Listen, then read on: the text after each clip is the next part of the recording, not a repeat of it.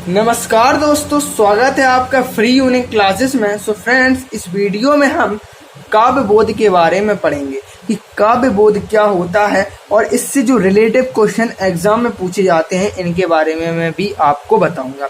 तो फ्रेंड्स, सबसे पहला क्वेश्चन आता है कि काव्य बोध किसे कहते हैं या काव्य किसे कहते हैं तथा इसके भेद कितने होते हैं या ये कितने प्रकार का होता है। तो सबसे पहले इसकी डेफिनेशन समझ लेते हैं कि बताया है काव्य किसे कहते हैं तथा इसके भेद बताइए। तो समस्त भाव प्रधान साहित्य को हम काव्य कहते हैं। मतलब ऐसा काव्य जिसमें जो साहित्य होता है उसकी पूर्णतः प्रधानता होती है, उसे ही हम क्या कहते हैं, काव्य कहते हैं।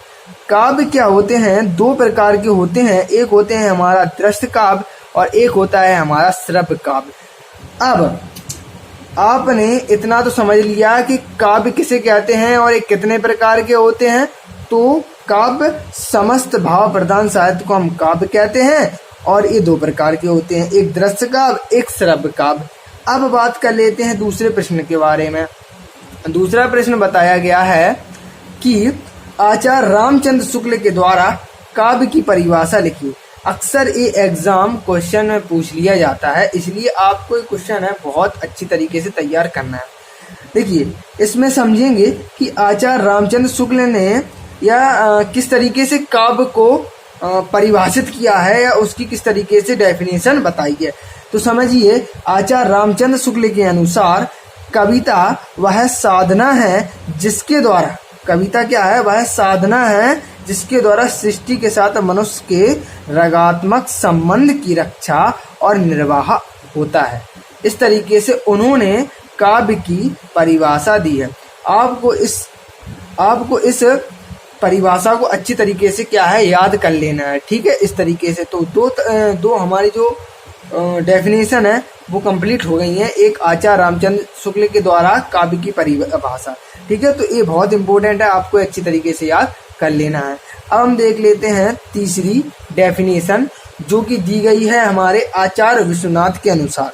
तो क्वेश्चन दिया है कि आचार्य विश्वनाथ के अनुसार काव्य की परिभाषा बताइए। तो इन्होंने काव्य को किस तरीके से परिभाषित किया है इसमें बताया गया है। तो समझिए, आचार्य विश्वनाथ के अनुसार बताया है कि रसयुक्त वाक्य ही काव्य है। इन्होंने कहा है कि रसयुक्त वाक्य ही काव्य है, अर्थात वाक्यम रसात्मकम काव्यम। तो ये इनके द्वारा दी गई डेफिनेशन है और ये काफी इम्पोर्टेंट है, क्योंकि अधिकतर क्वेश्चन में इस तरीके से पूछ लिया जाता है कि वाक्यम रसात्मकम काव्यम किसके द्वारा कही गई है। तो ये है आचार्य विश्वनाथ के अनुसार कही गई है। अब चौथा देख लेते हैं हम क्वेश्चन जो कि बताया है कि पंडित राज जगन्नाथ के अनुसार काव्य की परिभाषा को बताइए। तो इनके अनुसार इन्होंने क्या जो काव्य की परिभाषा दी है उसको हम समझ लेते हैं कि रमणीय अर्थ के प्रतिपादक धर्म को काव्य कहते हैं, अर्थात रमणीयार्थ प्रतिपादकः शब्दः काव्यम।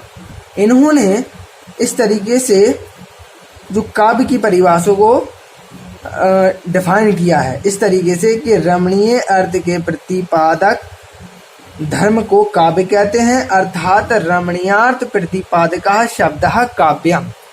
इस तरीके से आपको मैंने काव्य किसे कहते हैं और काव्य कितने प्रकार के होते हैं इसकी डेफिनेशन बता दी और ये भी बता दी कि आचार्य रामचंद्र शुक्ल के द्वारा काव्य की डेफिनेशन किस तरीके से, ठीक है। तो आचार्य रामचंद्र शुक्ल ने जो काव्य की परिभाषा किस तरीके से दी है और आचार्य विश्वनाथ ने किस तरीके से दी है और इसी तरीके से पंडित राज जगन्नाथ के द्वारा भी जो काव्य की परिभाषा को मैंने आपको बता दिया है।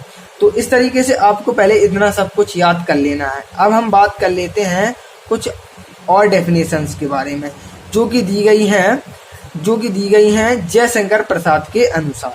तो कहा है जयशंकर प्रसाद के अनुसार काव्य की परिभाषा को बताइए। इस तरीके से आपको एग्जाम में क्वेश्चन मिलेगा तो आप लिखेंगे जयशंकर प्रसाद के अनुसार जो डेफिनेशन है वो है कि जयशंकर प्रसाद के अनुसार आत्मा की संकल्पनात्मक अनुभूति को हम क्या कहते हैं, काव्य कहते हैं या काव्य कहा गया है। इस तरीके से अब और एक और डेफिनेशन देख लेते हैं जो कि कहा है कुंतक। कुंतक भी एक कवि थे और उन्होंने भी क्या है एक डेफिनेशन दी है काव्य के बारे में, उसको भी हम समझेंगे कि कुंतक के अनुसार काव्य की परिभाषा बताइए।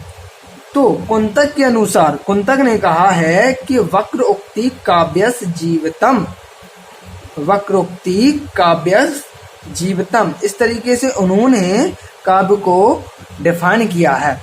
अब एक और हम डेफिनेशन देख लेते हैं जो मम्मट के अनुसार, ठीक है, मम्मट के अनुसार काव्य की परिभाषा बताइए या लिखिए।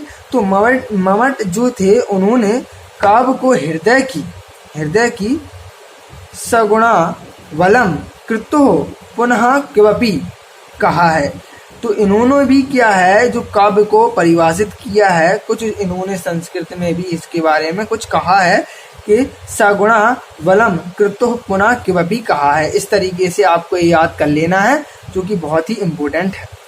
तो इस तरीके से क्या मैंने अभी आपको काव्य के बारे में बता दिया है कि काव्य कितने प्रकार के होते हैं और काव्य को जो कवि हुए उन्होंने काव्य को अपने अपने अनुसार डिफाइन किया है या परिभाषित किया है। और उनके अनुसार क्या है, कभी कभी क्वेश्चन पूछ लेते हैं कि आचार्य रामचंद्र शुक्ल के अनुसार काव्य की परिभाषा बताइए या आचार्य विश्वनाथ के अनुसार काव्य की परिभाषा बताइए, इस तरीके से। तो आपको इन सभी को अच्छे तरीके से याद कर लेना है।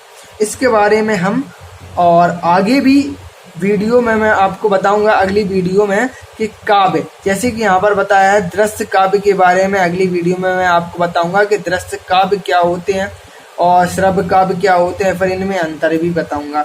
तो फ्रेंड्स, अगर आपको ये वीडियो अच्छी लगी हो तो प्लीज़ वीडियो को लाइक कर देना, चैनल को सब्सक्राइब कर देना। मिलते हैं नेक्स्ट वीडियो में। Thank you for watching.